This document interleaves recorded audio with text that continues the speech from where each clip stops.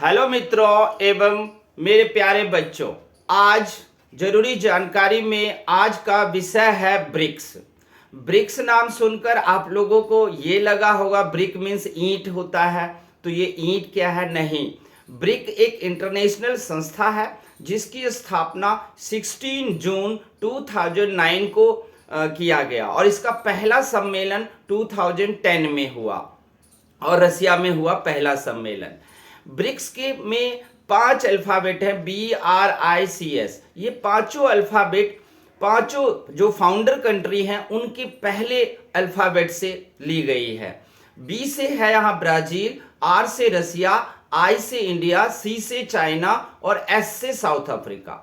2009 में ये 5 कंट्री जो फाउंडर कंट्री कहलाते हैं ब्रिक्स के, उन्होंने एक मंच पर आकर विचार विमर्श किया और सोचा कि हम भी एक ऐसी संस्था का निर्माण करें जहां पर आपस में व्यापार हो, आर्थिक सहयोग हो और सभी देशों के जीडीपी बढ़े, आर्थिक तरक्की करे। यही सोच करके इस संस्था का निर्माण किया गया। इस संस्था का 2010 में पहला सम्मेलन रसिया में ही हुआ था और 2024 का सम्मेलन भी रसिया में हुआ है। अभी तक ये कुल 15 सम्मेलन कर चुका है। अब हम बताते हैं कि इस सम्मेलन को, इस संस्था को बनाने के पीछे कारण, इस संस्था को बनाने के पीछे कारण ये था कि अमेरिका और चीन ये दोनों पूरी दुनिया में दबदबा बना रखे हैं। ये अमेरिकी वर्चस्व सैन्य शक्ति से लेकर ट्रेडिंग में बहुत ज़्यादा है। जब देखो अमेरिका अपनी सैन्य शक्ति की ताकत पर किसी भी देश का व्यापार रुकवा देता है। अगर नहीं भी रुकवाता है, क्योंकि आप ग्लोबलाइजेशन के दौर में किसी का व्यापार रोक तो नहीं सकता, लेकिन वो ऐसी चालाकी कर देता है, ऐसा वो तरीका अपनाता है जिससे कि उसका माल बिक ना पाए।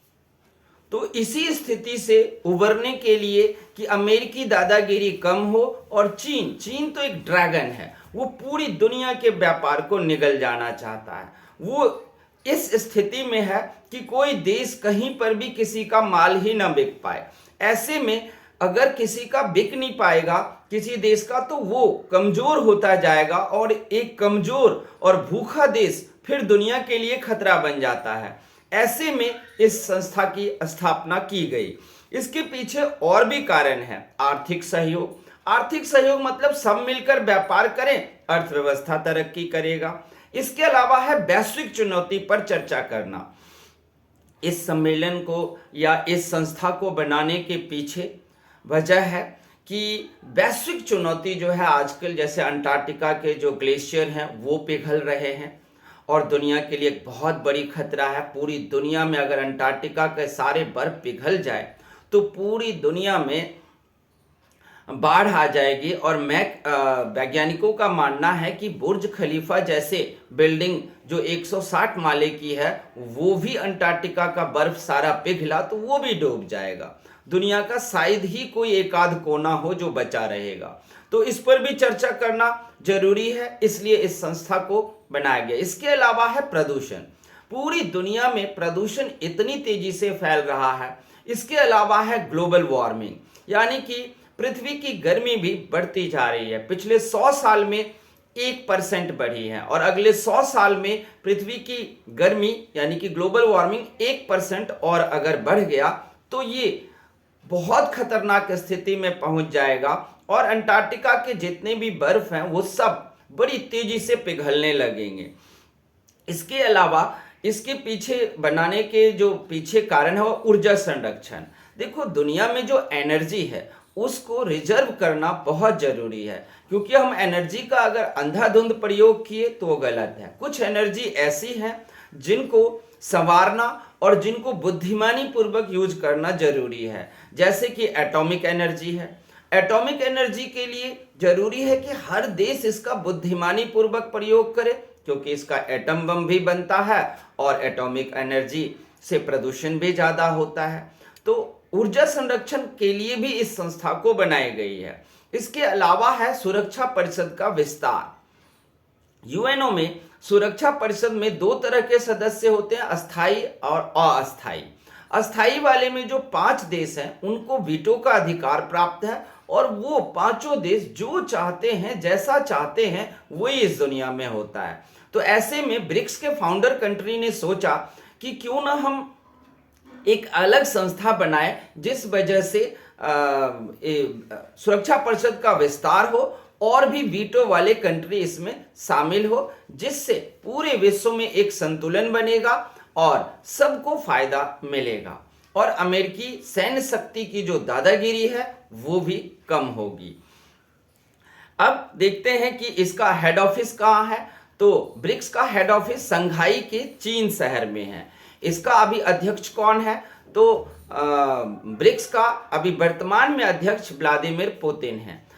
इसका ये होता है कि जिस कंट्री में इसका सम्मेलन होगा उसी का अध्यक्ष माना जाएगा।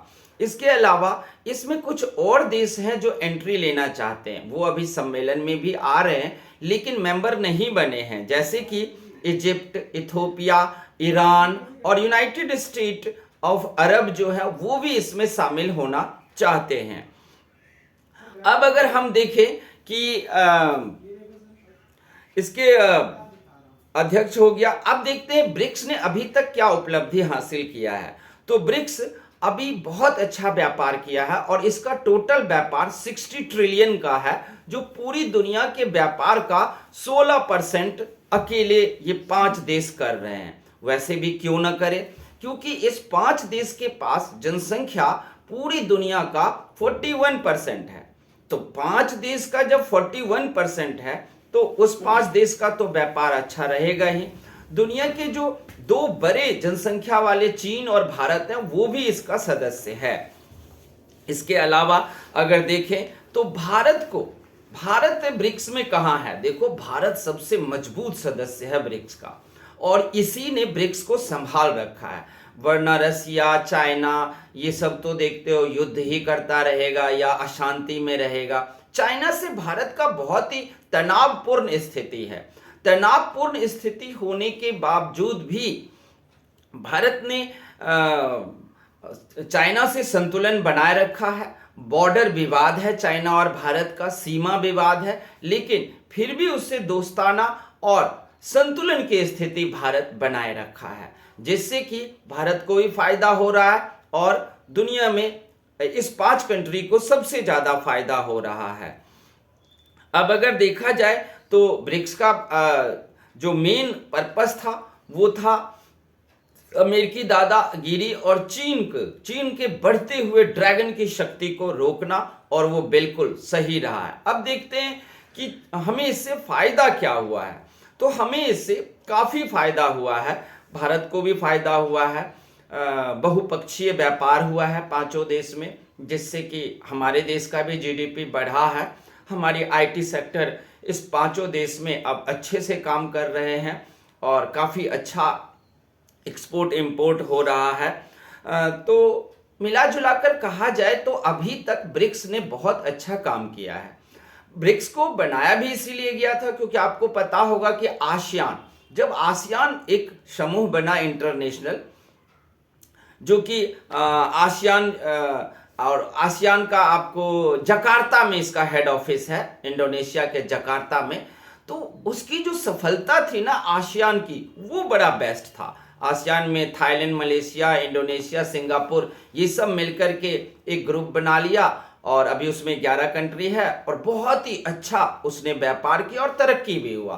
फिलीपींस भी था आसियान में। उसी के तर्ज पर में ब्रिक्स को बनाया गया और ब्रिक्स में सबसे ज्यादा साउथ अफ्रीका को फायदा हुआ है, क्योंकि साउथ अफ्रीका एक गरीब कंट्री और व्यापार में ये हमेशा पीछे रह जाता था। लेकिन ब्रिक्स के मेंबर बनने के बाद साउथ अफ्रीका की जीडीपी देखिए काफी बढ़ गई है और ये 5 कंट्री में से 4 कंट्री साउथ अफ्रीका को काफी मदद कर रहे हैं, जिसकी वजह से उनकी अर्थव्यवस्था काफी तरक्की कर रही है।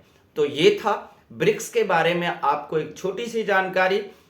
आपके पेपर्स होंगे, एग्जाम होंगे, उन सब में इसके बारे में पूछा जाएगा। ब्रिक्स का आप लोग फुल फॉर्म भी याद कर लेना, जिससे आपको फायदा होगा।